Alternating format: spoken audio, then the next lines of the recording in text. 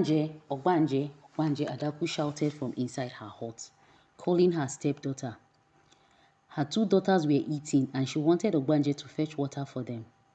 Obanje had grown into a stunning young woman and she ignored Adaku's call.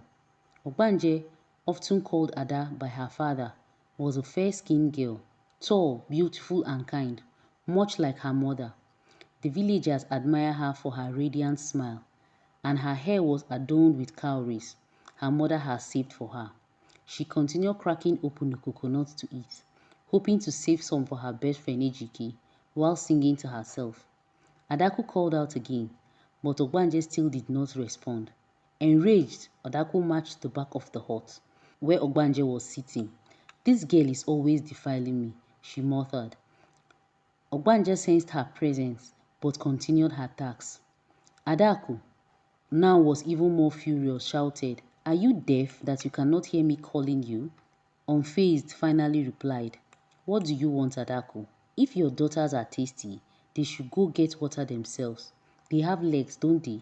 I am busy, so stop shouting my name." Wonders will never cease. I knew it. You are truly a witch. No wonder you are called Obanje. How did you know I wanted you to fetch water when I hadn't told you anything? I've always known, and I will say it again. You and the devil must be related. I will report you to my husband when he returns from the farm," Adaku resorted as she left to get water for her daughters herself. Obanje laughed, "As if he isn't my father too." That evening, after preparing Ikenna's favorite meal, Adaku complained to him, "I don't like the way Obanje speaks to me with disrespect in this house." "What has Ada done now? And let this be the first and last time you call her Obanje. Her name is Ada, the first daughter of this family," Ikenna replied tensely. Ignoring him, Adaku continued, "I asked Obanje to fetch drinking water for Chika and Chinazo, but she refused and started calling me names. Ada will not do such a thing. I have trained her well. She is not disrespectful. Maybe you offended her, prompting her behavior," Ikenna said. Adaku clapped her hands in frustration. "I knew it. I knew that you will take her side. I told you what your daughter did, and all you can say is she might have a reason. Where has Obanje sold your senses?" "No one has sold my senses. I know my daughter and what she is capable of. If you had said one of your daughters did this, I might have believed you, but not Ada. Enough of this talk. I have had a long day at the farm, and you are not helping matters," Ikenna said, getting up and going into his hut, leaving a fuming Adaku outside. Obanje, having overheard the conversation, laughed. That night, Adaku went to her usual meeting with the village witches. She complained to their queen. "Adaku, I have told you, that girl is no ordinary girl. A strong god is with her, and she cannot be easily defeated. Out of all the villagers, why only Obanje? We all in this coven are not strong enough to take on the god that protects her," the queen replied. "Let us start the meeting. Chioma, you know you must sacrifice your son to the goddess tonight." Chioma bowed her head to the queen and said, "I know, my queen." The queen handed Chioma a blood-decorated knife and instructed her to call her son's name 4 times in front of a large mirror, and then strike him in a place that will slowly kill him. Chioma did as instructed, and her son soon appeared in the mirror. She drove the knife towards his groin. Meanwhile, Ejike felt sudden pain in his groin area the next morning. When he met Obanje at their usual spot, she noticed his discomfort. "What's wrong with you?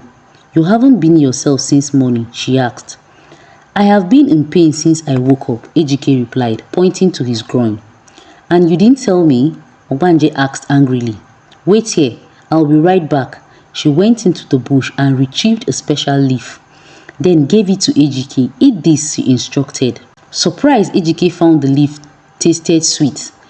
"Where did you get this from?" "I cannot tell you, even if you beg me," Obanje replied. Later, Obanje asked her father if she could accompany him to the farm the next day. Ikenna agreed, and soon Chika and Chinazo also expressed their desire to join. The twins, airborne beauties, who took after their mothers, eagerly volunteered to help. In contrast, Obanje's fair complexion was a mystery to the village, as Ikenna was as dark as charcoal. "Papa, tell us a story," Chika requested. "Yes, Papa, we love your stories," Obanje chipped in. Ikenna began. "A long time ago, the Bushmen were terrified of the rainbow. They would beat sticks together and shout, 'Go away, do not burn us,' because of the story of Rain and her son. Rain was once a beautiful woman who lived in the sky, wearing a rainbow around her waist. She married Flame, the creator of Earth, and they had 3 daughters. When the eldest daughter wanted to visit Earth, her parents allowed her. She fell in love with a hunter. Rain later had a son named Nnamdi. When he was old enough, his sisters wanted to see the world, but Rain was afraid. Tortoise, hiding his wickedness, persuaded Flame to let them go. Upon reaching Earth, they met a woman who noticed Nnamdi had her mother's eyebrow. She offered them food, but Tortoise refused to share it with Nnamdi. That night, Tortoise and some bad villagers set fire to Nnamdi's hut, but he transformed into a red bird and flew to his mother. Rain, seeing her son dead, sent a storm cloud with a rainbow lightning, struck and killed Tortoise and the bad people. Since then, the Bushmen have feared the rainbow and throw stones at Tortoise. Wow, Papa, what a beautiful story. I will remember every details, Obanje said. Yes, Papa, we will tell our friends, Chika and Chinazo echoed. Now it's time for bed, Ikenna said, ensuring his daughters were safely in their rooms and locking the hut door. At the meeting, the queen asked Choma how comes your son Ejike isn't dead yet. The queen shouted in anger, "My queen and my fellow witches, you all saw that I struck his groin with the knife of death, which is deadly. How can I heal my son when I don't even have the power to stop the deadly sword of death?" The queen saw meaning to her words. Then who has the power to heal him? By now I should have heard sorrows in your household, but the boy looks unhurt.